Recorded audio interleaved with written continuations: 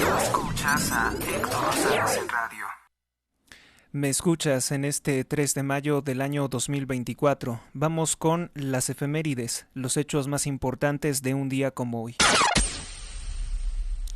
Del presente hacia atrás, año 2021, en la Ciudad de México se desploma el tramo elevado de la línea 12 del metro, entre la interestación Tezonco-Olivos, descarrilándose 2 vagones, deja al menos 27 personas sin vida, 80 personas heridas.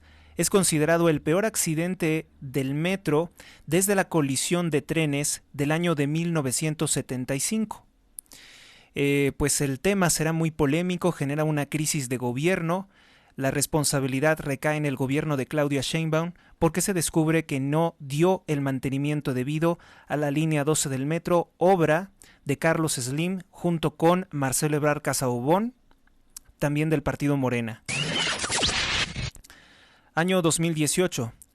La banda terrorista ETA del norte de España dice poner fin a su ciclo histórico y se disuelve, dejando impunes 853 asesinatos, en su mayoría civiles, y 700 atentados que cometieron. Javier Solana, político del Partido Socialista Obrero Español y exlíder de la OTAN, junto con el partido Podemos, intenta glorificar las acciones del grupo racista de País Vasco, ETA, que es una banda extremista marxista-leninista que presuntamente buscaba la independencia o el separatismo de las provincias del norte de España, asesinando civiles inocentes. Año 2004. El presidente de aquel entonces, Vicente Fox Quesada, presidente constitucional de México, retira a su embajadora de La Habana, Cuba, en protesta contra la dictadura de los Castro, que viola derechos humanos, reprime a la población e impide elecciones libres desde los últimos 46 años como líderes del Partido Comunista de Cuba. Año de 1998. La reunión del líder palestino Yasir Arafat junto con Benjamín Netanyahu, primer ministro de Israel, ya desde aquel 1998, se cierra sin acuerdo sobre la retirada de tropas israelíes de Cisjordania. Año de 1997, en España, miembros del grupo terrorista ETA, de los cuales por cierto ahora están con López Obrador, como es el caso de Katú Arconada, bueno, pues el grupo terrorista ETA priva de la vida a José Manuel García Fernández, agente de la Guardia Civil Española en Subierna, Vizcaya. Año de 1997, inicia el enfrentamiento entre el ajedrecista ruso Gary Kasparov y la supercomputadora Deep Blue. Fíjese que lo único que en realidad las computadoras están en desventaja con nosotros, porque no pueden reproducir todos los procesos que nosotros realizamos mentalmente, ni las cosas que podemos sentir. Ocurre que lo único en lo que son superiores las computadoras es en la concentración. Aíslan los procesos de razonamiento y pueden hacer muchos procesos y guardarlos en su memoria, posibles soluciones, posibles vías para derrotar a Kasparov. Todo el mundo sabe que fue derrotado precisamente por esta computadora, por esas características. En tanto, la mente humana siempre tiende a perder cierta concentración. Las computadoras no. Año de 1989. El grupo terrorista islámico Hamás comete su segundo asesinato histórico. Priva de la vida a un soldado israelí de nombre Ilan Sadón, con doble A, Sadón.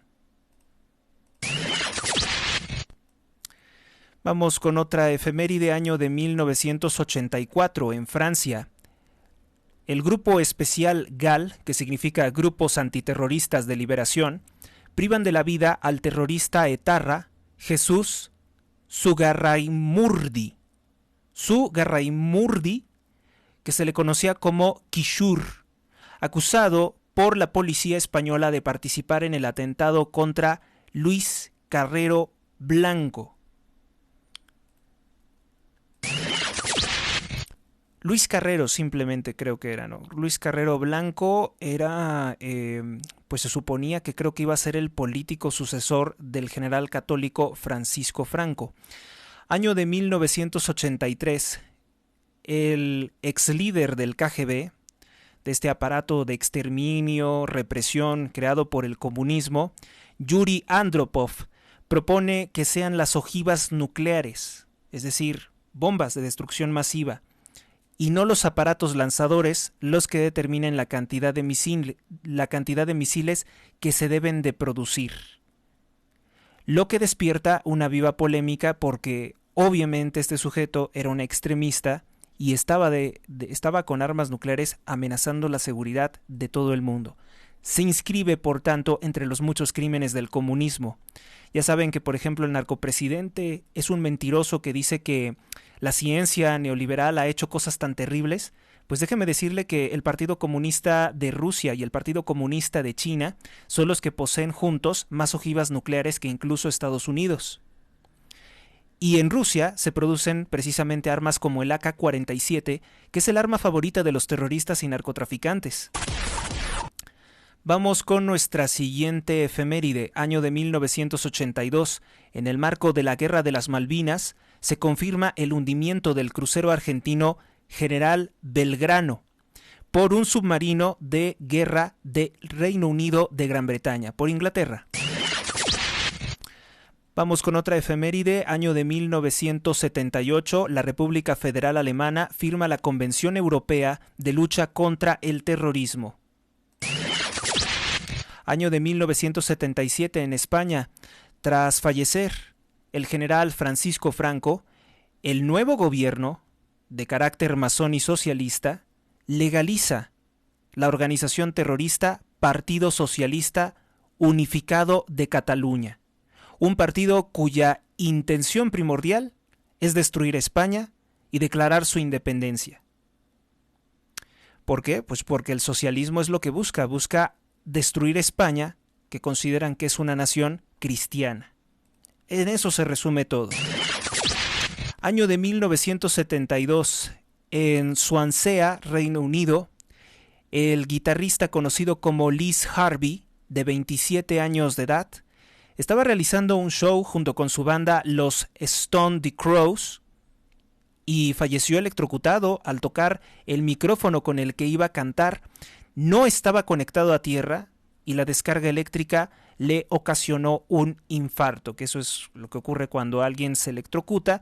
La electricidad pasa por por en medio de su cuerpo, quemando precisamente los músculos del corazón. Prácticamente cualquier descarga eléctrica que recibimos afecta directamente el corazón o el funcionamiento del corazón.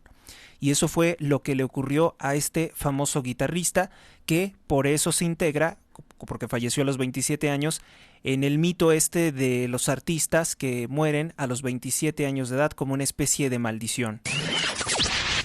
Año de 1950, en el sitio de pruebas atómicas de Semipaltinsky, en Kazajistán, el régimen comunista de la Unión Soviética falla en detonar su segunda bomba atómica, que hubiera sido la novena de la historia humana. ¿Por qué? Pues porque los gobiernos corruptos funcionarios corruptos de Estados Unidos robaron la tecnología de la bomba atómica y fueron a entregársela a los enemigos de la libertad, al comunismo soviético. Año de 1938, en España se restablece la Compañía de Jesús, la institución, la orden religiosa de los jesuitas, fundada por San Ignacio de Loyola. Los jesuitas durante muchos años fueron el azote de la masonería, de los judaizantes y de sectas satánicas. Año de 1909, en Berlín, Alemania, el científico judío polaco Paul Ehrlich, o Ehrlich, algunos dicen, anuncia con éxito su presunto medicamento contra la enfermedad venérea sífilis, a partir de una tintura azul, una tintura índigo. Ideó que, pues hay células que se absorben, se adhieren bien la tintura a algunas células y a otras no. A partir de esto, según él, ideó que podían existir sustancias que podían envenenar y matar células enfermas y dejar vivir o más o menos vivir a otras células que estuvieran sanas. Es a partir de ese momento que dicen que comienza lo que ahora se denomina como medicina moderna, el desarrollo de los supuestos antibióticos. No obstante, aquí hay algo que debemos de poner muy en polémica, porque estar consumiendo venenos y sobre todo estarlos consumiendo, que esos son los antibióticos. Antibios significa antivida.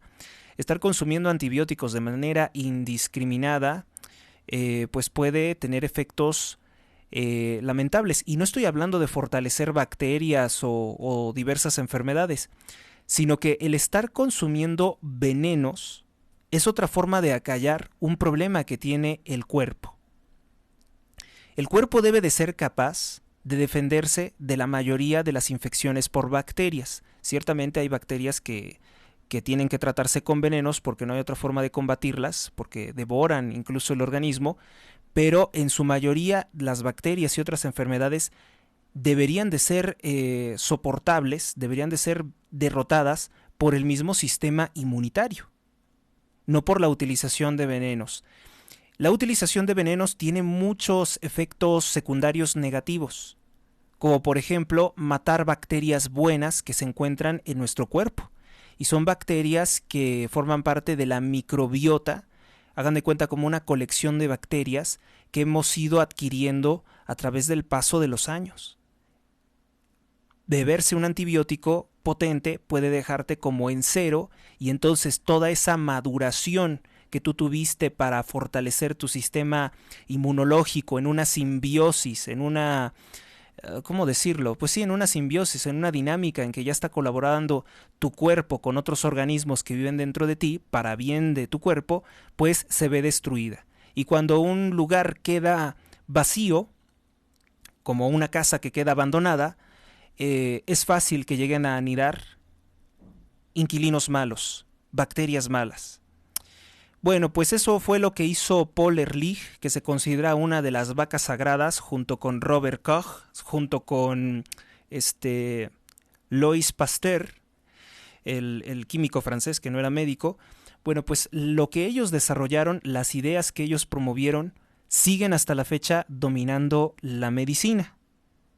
Y es el momento en el que pues quienes más sustentan las ideas de Paul Ehrlich, las ideas de Robert Koch, las ideas de Louis Pasteur, pues son principalmente el cártel farmacéutico, porque se beneficia grandemente de la serie de creencias, no tanto ciencia, mucho de esto son creencias que están dominando la medicina moderna. Yo no les estoy diciendo que se vayan a la medicina esa que dicen natural, porque en su mayoría es charlatanería, pero sí entender que hay cosas que pues se consideran, son criterios, son paradigmas de la, entre comillas, medicina, de la medicina moderna, y que no han dado los resultados deseados, porque pues una de las cosas es el consumo indiscriminado de venenos y otra, el consumo indiscriminado de drogas o sedantes, que es otra de las graves fallas que están teniendo los sexólogos, los psicólogos,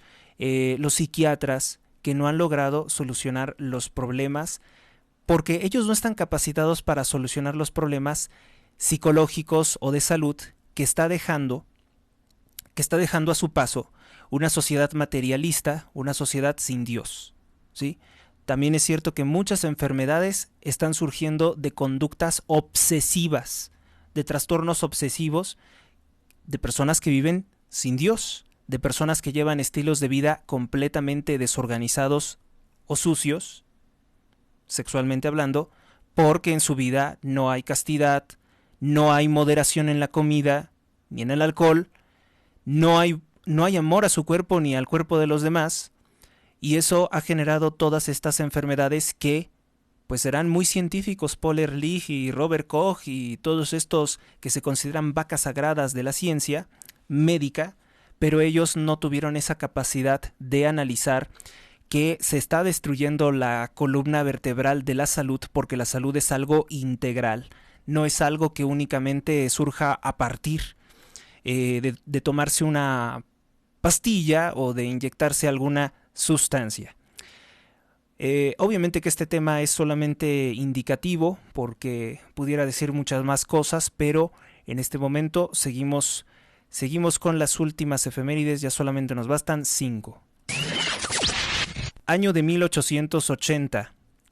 En 1888 llega a las costas de Brasil el último barco con esclavos africanos, que eran traficados por barcos de navieras judías. Los mayores esclavistas del mundo fueron el pueblo judío. No puedo decir que son.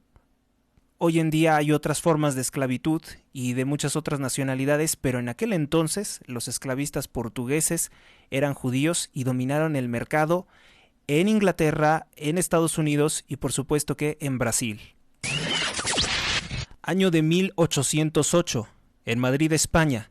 Las tropas de ocupación francesas ejecutan masivamente a ciudadanos de la ciudad, secuestran a los reyes de España, y todos estos abusos que cometió pues la ocupación, vamos a decirlo, napoleónica todavía, fue lo que ocasiona que el pueblo español se rebele. Se rebelan y entonces comienza esta guerra de independencia de España contra Francia. México, que en aquel entonces formaba parte todavía de España, pues aquí también ocurren ciertos desórdenes porque pues se criticaba mucho que pronto Francia iba a controlar el país. Eso no ocurrió, pero un falso cura, o bueno, un cura malo, un sacerdote malo, masón por cierto, Miguel Hidalgo y Costilla, aprovecha precisamente que España está invadida por Francia para confundir a los ciudadanos de la Nueva España y decir que él quiere la independencia de España de Francia, cuando lo que en realidad estaba pretendiendo era promover una guerra sin sentido, una serie de saqueos que posteriormente, para falsificar la historia de México, los masones, la masonería de México, se inventó que el sacerdote estaba queriendo la independencia de México, cuando Miguel Hidalgo y Costilla nunca quiso la independencia de México y nada de lo que hizo contribuyó a la independencia de México. La SEP, la Secretaría de Educación Pública, y sus muchas mentiras. Y ahora pues los libros de texto están peores, ¿no? Año de 1787. El rey de España, su majestad, porque también era rey de México, Carlos III, autoriza la creación de Cusco, Perú, en una audiencia pretorial para administrar mejor el virreinato de España. Carlos III, que fue un rey ya Borbón, ya no fue de la Casa de Austria, ya no tenía relación con la reina Isabel la Católica, pues este Carlos III de España y de la Nueva España, pues no lo recordamos gratamente porque fue el que ordena la expulsión de los educadores de México, fue el que ordena la expulsión de los jesuitas. Y debido a que se fueron los jesuitas, la masonería tuvo las manos libres para ir organizando el separatismo de la Nueva España, que en realidad era una serie de guerras y destrucciones de las instituciones, generar conflicto entre las distintas castas que conformaban México para entregarnos al control de Estados Unidos. Ya desde aquel entonces quería la masonería vendernos a Estados Unidos y al control de Inglaterra, y para eso querían que nos separáramos de nuestra madre patria, España. Por eso siempre van a escuchar a un masón traidor a la patria como López Obrador vociferar contra la España católica, porque ese es el origen de nuestra nacionalidad, ese es el origen de nuestro país. Los españoles, Hernán Cortés, funda México. Antes de Hernán Cortés, México no existía. Era una tierra de nadie donde los indios, más de 172 tribus, se la vivían matándose entre sí, hablaban incluso idiomas distintos, dialectos distintos. Y era una cosa espantosa. Todo el mundo prehispánico fue un mundo de horror, un mundo dominado por la violencia, por la brujería, por el canibalismo. Hernán Cortés da origen, junto con Doña Marina, mejor conocida como la Malinche, una mujer indígena, da origen a México. Y eso es lo que no pueden pues aceptar, ¿no? No pueden aceptar los masones e intentan hacernos odiar a España, e intentan decir que México es atrasado que por culpa de España, una serie de razonamientos y boberías dicho simplemente, dicho livianamente, boberías, que ellos han promovido para engañar al pueblo de México y dejarlo en la ignorancia, en la oscuridad. Vamos entonces con nuestra siguiente efeméride. Año de 1487, en el pueblo de Vélez, Málaga, España, se rindió el 27 de abril, precisamente este lugar donde había resistencia contra el gobierno de su majestad Fernando el Católico, esposo de, yo digo, Santa Isabel la Católica, la mujer más poderosa. Su reino abarcaba todo el mundo. La mujer más poderosa de la historia de la humanidad, al menos políticamente hablando, fue precisamente la reina Isabel la Católica. Una mujer devota, una mujer cristiana que rezaba 7 veces al día, siguiendo precisamente las horas religiosas. Daba gracias a Dios, así como dicen los salmos, te doy gracias, Señor, 7 veces al día, y una más me levanto en las noches para agradecerte. Una mujer extraordinaria que fue nuestra reina, y lamentablemente no se le conoce. Una mujer extraordinaria que, no por el mucho dinero que tuvieran los judíos, toleró sus abusos, toleró sus maldades, decretó su expulsión, y no le importó perder precisamente el apoyo de las enormes fortunas que tenían los judíos. No se dejó vender por el dinero, ¿cómo se dice? El dinero de los acumuladores. Una mujer extraordinaria, católica, devota en verdad, por eso se llamaba Isabel la Católica. El rey don Fernando pues no era precisamente devoto ni muy católico, pero hay que reconocer que los métodos del rey Fernando, que era un extraordinario soldado, un extraordinario jefe militar, estaban plenamente justificados y fue la amalgama perfecta entre una mujer que representaba la moderación de todo lo que hacía su marido y un marido que podía ejercer la fuerza y la violencia con una suma brutalidad, pero de manera inteligente y razonada, en el momento que fuera necesario. Y ella muchas veces se sobrepuso o se impuso a los intereses de su marido. Y muchas veces tuvo enfrentamientos con él porque él le quería ser infiel. Ella también, o sea, siendo una gran reina, una gran mujer que se adornaba poco, no le gustaban las joyas, era realmente una mujer austera, una mujer que predicaba esto de la mesura o la medianía. Siendo una de las reinas más ricas de la historia de la humanidad, era una mujer que moderaba todos sus gastos. Y ella usaba perfumes de almizcle, esencias de almizcle. Bueno, comentarle algunos de los aspectos porque es una personalidad desconocida y muchas veces también podemos conocer a las personas a través de lo que les gustaba hacer o de sus gustos por el arte, de sus gustos por la música, de lo que creían, del credo. Ella abrazaba totalmente el credo católico. Fue una mujer extraordinaria y ellos logran precisamente la expulsión del Islam, ¿sí? La expulsión del Islam del sur de España. Una historia fascinante. Le dedicaron en televisión española, en RETV, creo que se llama, le dedicaron una serie que se llama Isabel. Mayoritariamente la serie está bien realizada y describe la vida de esta reina que ya quisiéramos tener a una mujer, a una representante de este tipo. Hoy en día lo que se nos está ofendiendo, fíjense, iba a decir, lo que se nos está ofertando o se nos quiere imponer, es una hija de Satanás, una mujer sacrílega en todos los aspectos de su vida, una mujer que representa a una Jezabel. Busquen quién fue Jezabel. Una hija de Satanás, una hija de Belial. Eso es Claudia Sheinbaum, que ni siquiera es mexicana. Es una israelí comunista, descendiente de los asesinos de mujeres y niños en Lituania, en Bulgaria, en la Unión Soviética. Eso es lo que nos quieren imponer. Una mujer desvergonzada en todos los sentidos, porque ha sido una fornicaria y una adúltera. El peor personaje, el más cruel que ustedes puedan tener conocimiento, esa es Claudia Sheinbaum. Que no es cristiana, jamás fue bautizada, jamás ha rezado el Padre Nuestro, el Ave María.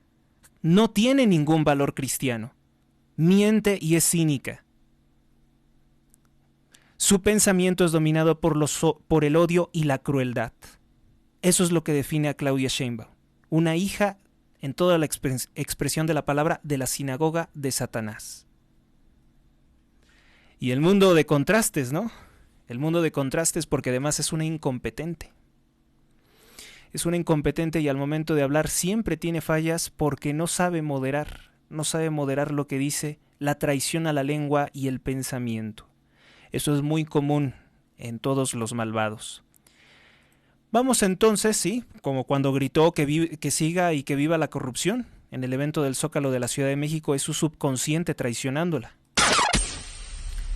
Vamos con la última efeméride de este 3 de mayo. Y bendito sea Dios que estamos logrando finalizar con esta transmisión bien en tiempo. En Bizancio, hablamos del Imperio Romano, pero ya dividido. El Imperio Bizantino, ustedes saben, después de que se dividió Constantinopla y Bizancio, ¿no? El Imperio Bizancio. Helena de Constantinopla, todavía no ocurría eso, porque es Helena de Constantinopla. Me estoy equivocando de tiempo.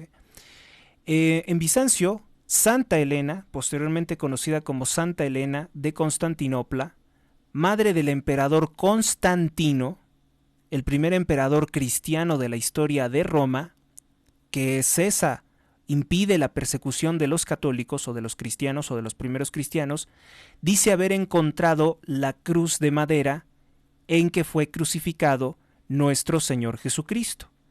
Esta es una reliquia muy importante, la cruz de Cristo, porque se considera que era un objeto milagroso.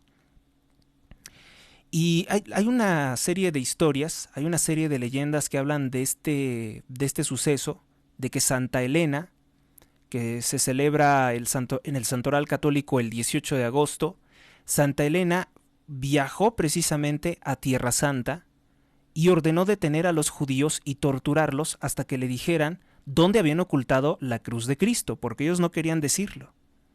Los judíos, que siempre han sido, bueno, al menos desde hace 2 milenios, son enemigos declarados de Dios, de Cristo, no querían decirle dónde habían ocultado la Santa Cruz, símbolo de redención universal. Como durante un tiempo se estaba diciendo que se encontraban cruces que no eran la auténtica, porque se ocultaba la auténtica, a esta se le conoce como la Vera Cruz, es decir, la verdadera cruz.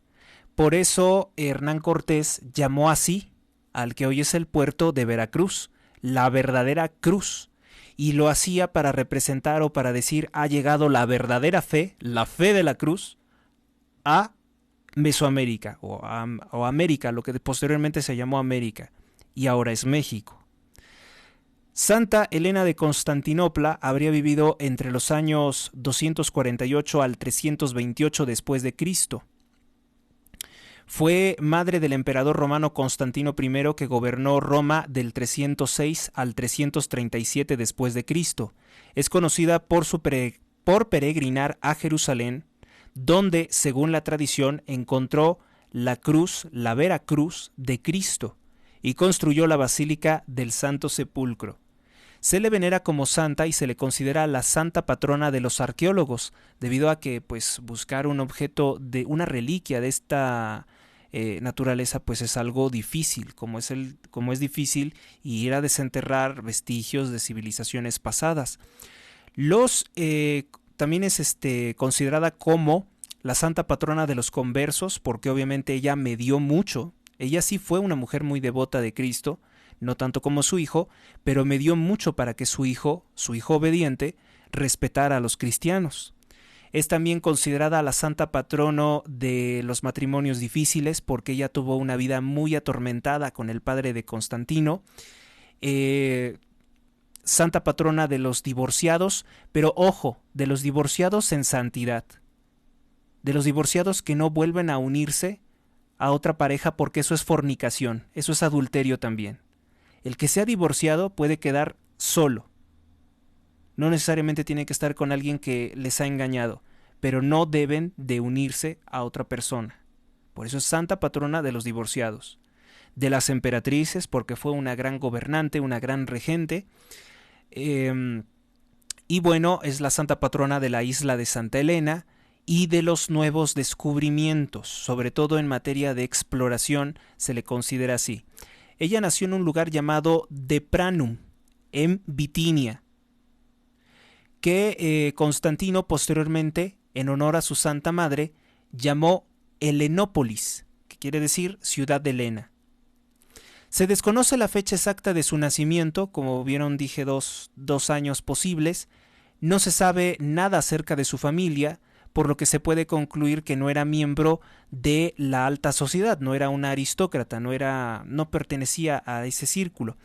Algunos autores afirman que Santa Elena era una, ¿cómo se le conoce? Estabularia, lo que podría significar, pues no una mujer que haya sido legalmente constituida como esposa o para gobernar, sino que era una mujer que era visitada, vamos a decirlo, por el emperador de cierta forma. Y entonces que posteriormente pues fue elevada al rango que le correspondía por su hijo, que su hijo era heredero precisamente del poder del emperador. En el año 272 después de Cristo conoció al futuro emperador Constancio I Cloro, el emperador que fue el padre de Constantino I, que gobernó entre los años 305 al 306, y los historiadores sugieren que se convirtió en una especie de concubina, o sea, no su esposa exclusiva, vamos a decirlo. De acuerdo con una ley romana llamada Lex Julia et Papia Popa, los nobles romanos no podían casarse con mujeres de origen, entre comillas, inferior, por lo que la hipótesis del concubinato es ampliamente aceptada. El futuro emperador Constantino nació de la unión que se considera como ex obscuriore matrimonio, o sea, fuera del matrimonio, lo que significa que sus padres no estaban casados y podría considerarse como un hijo ilegítimo. Los ingleses dicen de una forma más fea, bastardo. Se dice que Constancio se divorció o que repudió a Santa Elena en el año 293 para casarse con una tal Teodora, hija de Maximiano, que gobernó Roma entre los años 286 y 305, como una forma de darle más poder a su imperio. Diocleciano, que gobernó del año 284 al 305, emperador del Oriente, había establecido la tetrarquía como una forma de gobierno, 3 gobernantes. En aquel imperio romano pues estaba gobernado por tetrarca no es eso, son 4 personas, las partes de oriental y occidental, cada una de ellas gobernadas por un Augusto y un César. Y creía que los emperadores no debían de estar vinculados por lazos políticos, sino por lazos familiares o de sangre. Por ello los matrimonios eran importantes para establecer relaciones familiares y mantener el poder centralizado.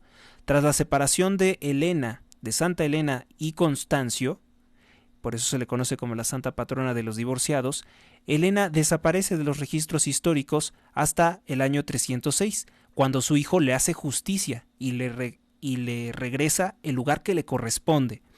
Es posible que viviera en Treveris, que estamos hablando, creo que un territorio germano, antes era como algo muy primitivo, no era la Alemania de ahora, o en Roma, pero a falta de información histórica pues no se sabe dónde pasó ese tiempo. En la corte de Constantino, bueno, pues ella arriba a la corte de Constantino se convirtió en emperador su hijo en el año 306 después de Cristo, cuando fue proclamado Augusto por sus tropas romanas. Recuérdese que él derrota a Magencio, a Constantino se le aparece creo que en un sueño el símbolo de la cruz, el símbolo de la XP, que es un símbolo sagrado, es el crismón, se le conoce, símbolo representativo de la Iglesia Católica. Con este signo vencerás, y derrota a Magencio, que también algunas veces se escribe con X, como el caso de México, a Magencio y Licinio.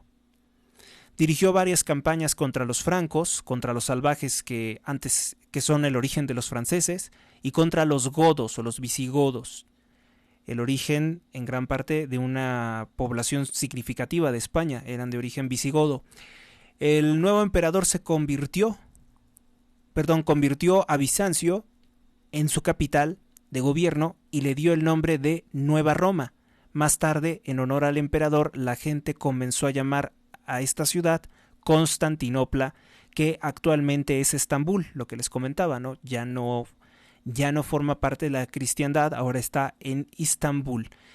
Pero Turquía, dicho sea de paso, no es completamente islámica.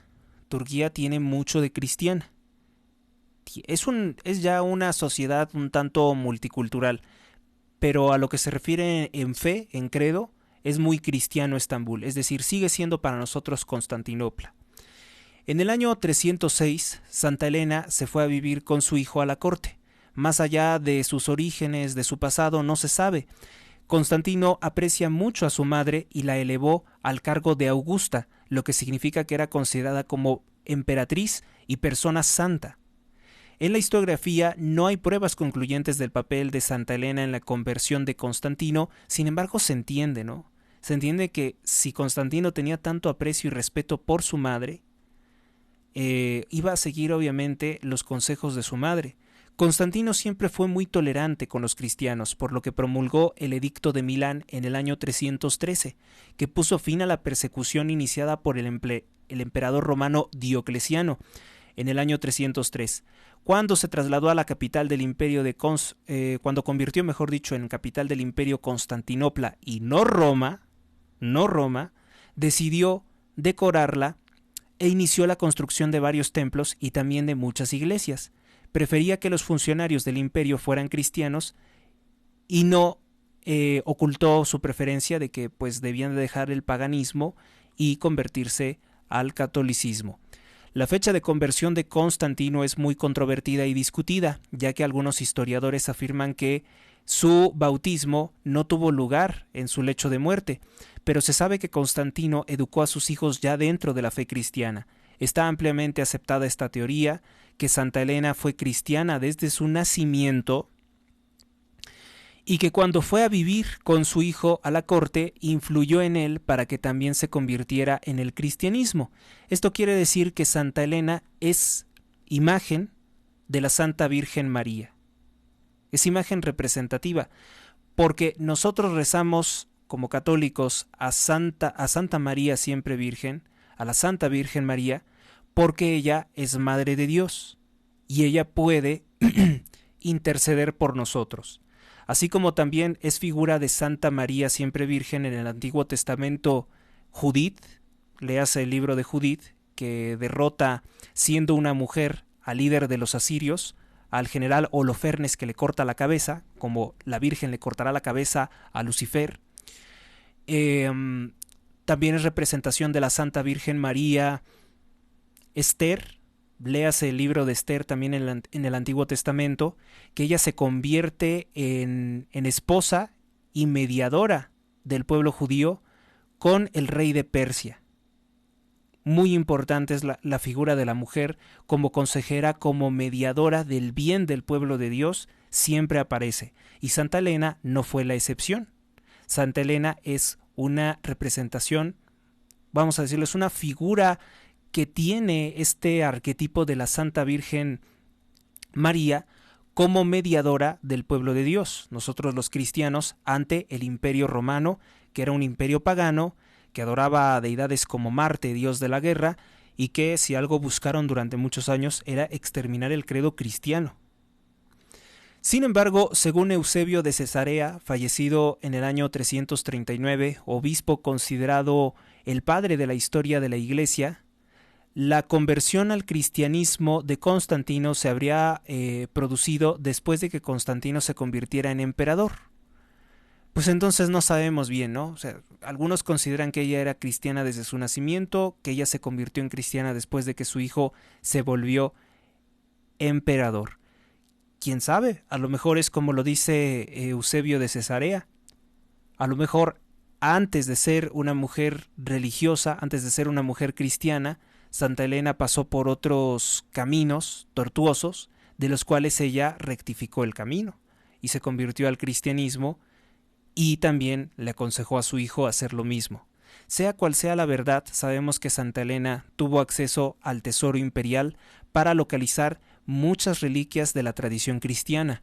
Además, construyó algunas iglesias e hizo muchas obras de caridad para ayudar a los pobres y necesitados, que eso no era bien visto por los romanos. Los romanos, como pueblo pagano, consideraban que los que estaban en mal estado de salud y económico, esos eran débiles y no servían para nada, porque Roma siempre fue una sociedad de guerra, una sociedad sobre todo masculina de guerra, de hombres sanos para la guerra, no de cuidar enfermos, no de practicar la caridad. Y eso cambió con el cristianismo, lo cual quiere decir que el cristianismo es civilización y paz. A menudo se le asocia con el descubrimiento de la Vera Cruz y la construcción de la iglesia del Santo Sepulcro en Jerusalén, varias iglesias. ¿Cómo fue lo de la peregrinación? Bueno, pues la peregrinación a Jerusalén y el descubrimiento de la verdadera cruz. En el año 326 después de Cristo, Constantino mandó ejecutar a su hijo Crispo. Crispo, tras la acusación de su mujer Fausta de un supuesto abuso por parte de su propio hijo a su esposa. Después de esto, también ordenó que Fausta fuera ejecutada por acusación de adulterio, ya que existía el rumor de que Fausta había acusado a Crispus en un intento de ocultar sus muchos adulterios.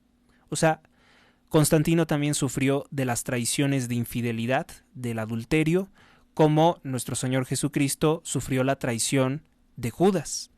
Algunos historiadores afirman que Constantino decidió privar de la vida a Fausta porque Santa Elena se habría sentido profundamente herida por la pérdida de su nieto. Bueno, eso no es concluyente. Luego de los acontecimientos, Santa Elena decidió peregrinar a Jerusalén para repartir limosnas, hacer obras de caridad y construir iglesias, especialmente en los lugares sagrados, como en los sitios de la muerte y ascensión gloriosa a los cielos de Jesucristo. En ese periodo es cuando surge la historia que más se conoce de ella, la narración del descubrimiento de la Vera Cruz, de la verdadera cruz de Cristo. Es una de las leyendas más importantes y conocidas de la antigüedad tardía, hasta el punto de que Jacopo de Varase, en su Legenda Áurea o Leyenda Áurea o Leyenda de Oro del siglo XIII, describe la historia, la leyenda de la verdadera cruz, y afirma también que Santa Elena es considerada una cristiana ejemplar dentro de la Iglesia Católica.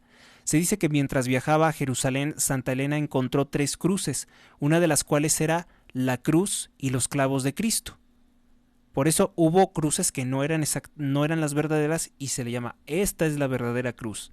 La leyenda dice que llegaron 3 enfermos, el primero tocó una de las cruces, el segundo tocó otra, pero no pasó nada porque no era la reliquia de Cristo.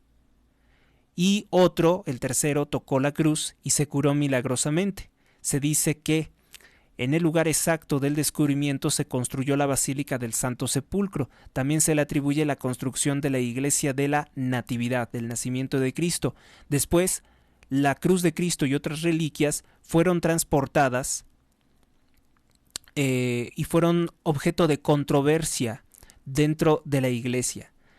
Esta Santa Cruz, esta verdadera cruz, sería la misma que posteriormente una parte de la Santa Cruz, de la Cruz de Cristo, residía en Francia, así como las espinas de la corona de Cristo que un rey gastó mucho en conseguirlas. Bueno, como parte de las reliquias de Cristo. Y esa cruz, o parte de esa cruz, de la madera de esa cruz, posteriormente un rey consagrado a Satanás, un grupo de brujos le solicitaron que la expulsara, que la llevara a otra parte, que la mandara a Italia o cualquier otra parte, porque en tanto estuviera la verdadera cruz en Francia, no podían hacer todos sus ritos de brujería ni podía estar controlada por los demonios que ellos solicitaban su protección y ayuda. Es una cosa muy interesante. Eso fue lo que hizo presuntamente el rey Enrique III de Francia. conocido como el Hermafrodita porque fue un rey homosexual que usaba ropa siempre ajustada para exhibir sus glúteos sobre todo, y era un sujeto que tenía una banda de amantes y asesinos que se les llamaba Les Mignons. Les Mignons fueron precisamente los bonitos del rey, los que pues eran una banda de asesinos, ¿no? Una banda de asesinos y además amantes del rey, que dicho rey pues termina siendo acuchillado por un monje católico porque obviamente se lo tenía bien merecido. Era un sujeto despreciable en todos los sentidos, un practicante de brujería. Cuando muere se encuentra una cámara secreta donde tenía muchos objetos que en esta ocasión ya no quiero describir, pero entre ellos un altar satánico, ¿no? Con un crucifijo siendo torturado por dos sátiros. Es la imagen que a mí más me sorprendió. Estos Les Mignons es de donde toman la idea de hacer posteriormente los estudios Universal, esa serie de películas muy exitosas con unos muñecos amarillos que se llaman los Minions. Es precisamente una referencia a ese rey satánico, a ese rey brujo y hermafrodita y todo lo malo que ustedes se puedan imaginar. Pero recuerdo siempre eso, que se decía que él había expulsado un fragmento de la verdadera cruz de Cristo de Francia para que los brujos pudieran desarrollar todas sus actividades demoníacas sobre Francia. Y ya saben todo lo que ha pasado con Francia. Bueno, la santidad. Cuando Santa Elena murió a la edad de 80 años, fue una mujer muy longeva. Hacia el año 328, algunas fuentes dicen que en el 329 e incluso en el 330 después de Cristo ya estaba asociada a muchos monumentos en Roma, Belén, Jerusalén por sus obras de caridad. Fue enterrada en la Basílica de Vía Lubicana en Roma. Hoy su sarcófago se encuentra en el Museo Pío Clementino del Vaticano. Se convirtió en santa por sus logros en la Iglesia Católica y también por ser un ejemplo de fe y modelo a seguir de una mujer que busca en su hogar aportar estabilidad, continuidad a la familia y sobre todo ser protectora de los necesitados. Santa Elena es venerada como santa por la Iglesia Ortodoxa Oriental Católica Romana, así también en la secta anglicana. Sí, ya saben que la secta anglicana en Inglaterra fue creada por un adúltero, pero de todos modos tienen algunos cultos, bueno, tienen muchas veneraciones, vamos a decir, católicas, porque se separaron de la Iglesia Católica, porque las robaron de nuestra Iglesia. Es urgente, es imperioso que los ingleses dejen la secta anglicana, que es una secta falsa, que es una iglesia falsa creada por los reyes masones de Inglaterra, y se conviertan al catolicismo, pero al menos ahí tienen también conocimiento de Santa Elena. También se le venera en las iglesias, entre comillas, iglesias luteranas, creadas por el hereje Martín Lutero. También tienen respeto por Santa Elena. Lástima que su respeto no sea suficiente para ser católicos. Su supuesto cráneo se exhibe en la Catedral de Treveris, Alemania. También hay reliquias de la Basílica de Santa María in Ira Coeli de Roma y en Saint-Gilles de París. En la abadía de Saint-Pierre de Auntivillers, supongo que se dice, no sé muy bien. Bueno, pues existe una leyenda en Gran Bretaña que dice que Santa Elena era hija de un rey de Gran Bretaña llamado Cole de Colchester, y que era un aliado de Constancio, pero no hay pruebas de esto. No sabemos si ella era de origen británico, no lo sabemos. Será una historia muy interesante y eso explicaría por qué no se conocía su origen. La narración de que Santa Elena sería hija del rey Cole aparece en una novela escrita por Lois Ball, que se titula El árbol viviente y que fue publicada en el año de 1947. Bueno, Elena también aparece en una novela moderna del autor Evelyn Waugh como su personaje principal. También es protagonista de una obra de fantasía que se conoce como Sacerdotisa de Avalon. Avalon es una palabra que a mí me gusta, es utilizado para referirse a Inglaterra. Esa novela fue escrita por Marion Zimmer Bradley, Diana Paxton, en el que se le da el nombre de Eileen. En realidad, en inglés se diría Helen. A las Helenas se les dice Helen. Por último, en el año 2021 apareció un personaje en la obra de Dan Whitfield, conocido como Eagle Ascending o El Águila que Asciende, donde se retrata como una mujer que vivió 118 años gracias a los poderes especiales recibidos por la verdadera cruz.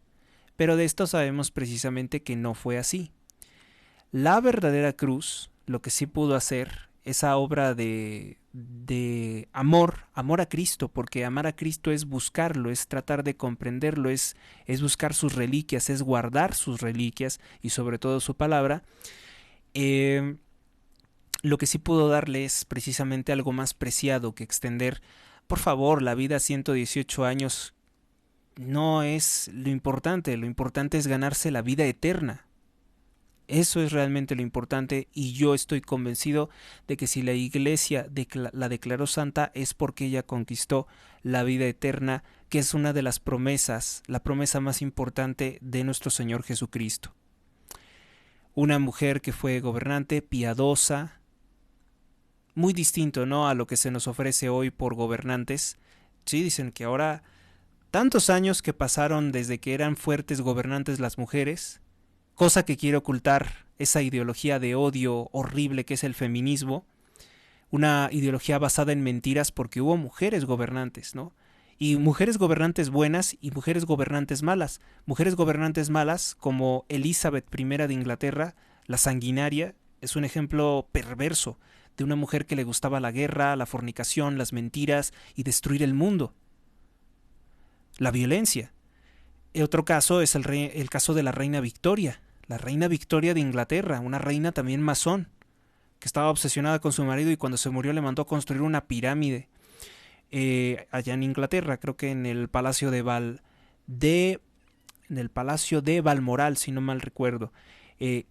La reina Victoria de Inglaterra fue la responsable de todos esos actos horribles que cometió el imperialismo británico en China, en India, en Sudáfrica, ¿no? Una mujer.